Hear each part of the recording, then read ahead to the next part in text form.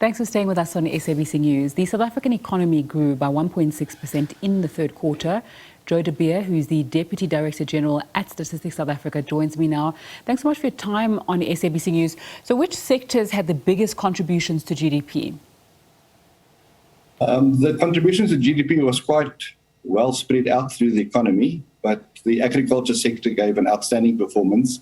It increased by roughly 20% and contributed half a point to economic growth. But we also saw a very strong showing from the finances, business services, real estate, which contributed equally half a percentage point, even though they only grew at 2%.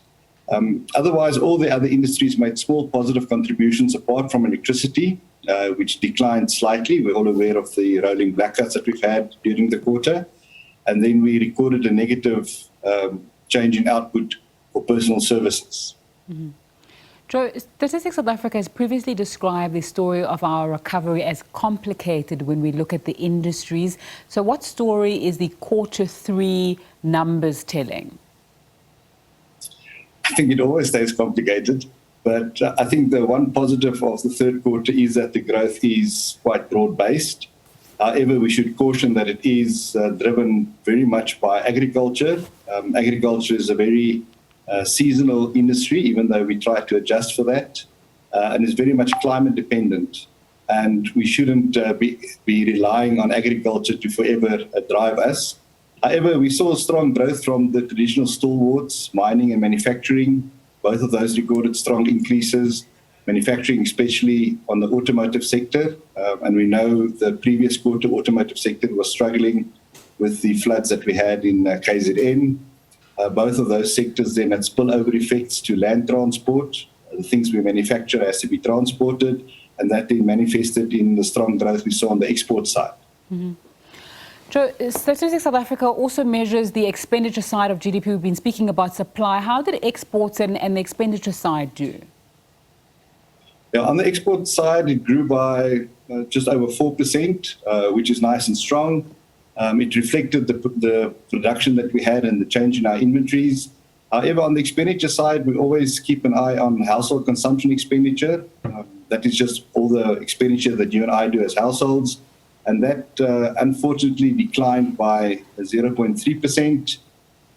All the type of commodities that households buy that are related to the retail trade sector suffered, and they contracted. I think that's an indication of households starting to struggle with disposable income due to the interest rates that have been increasing over the recent quarters.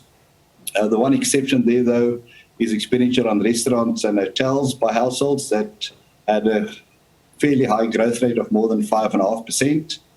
So I think generally the household consumption seems to be struggling. It's tough economic times. Mm-hmm. When it comes to that 1.6% figure, it boosted the economy back to pre-pandemic levels, but you're also saying real GDP now is the highest it's ever been.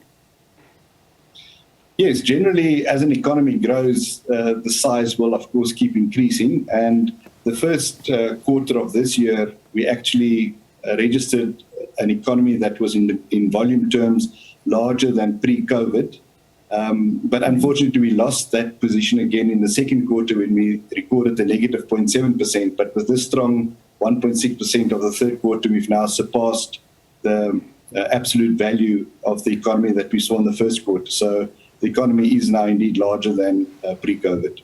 All right, Joe, obviously the data that you give us as Statistics South Africa is used for so much and it has to be very trusted. So I know that there have been challenges with capacity at SABC. Risenga Maluleke, when he comes to speak to us, sometimes does touch on them. Just give us insight into your collection methods, your capacity, and why people should trust that the numbers that SABC brings out are what they are. Talking about complex questions, that is one just right there. We have various measures in place to ensure that our statistics are of high quality. Firstly, there are international frameworks and standards and guidelines that we adhere to.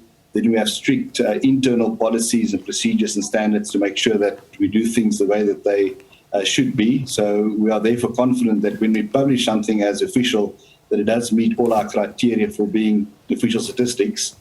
The capacity issue, that is something that we've been living with for a number of years. But I don't think we're alone in that. Most government departments are sitting with a large number of vacancies. We are, however, busy actively recruiting staff. And as I say, as times change, you need to find smarter ways to do the work. And that is what we are trying to do at Stats SA, is see how we can use technology better and become a little bit less labor intensive in that way. Joe de Beer, the Deputy Director General of Stats SA, thanks so much for your time on SABC News this afternoon. My pleasure.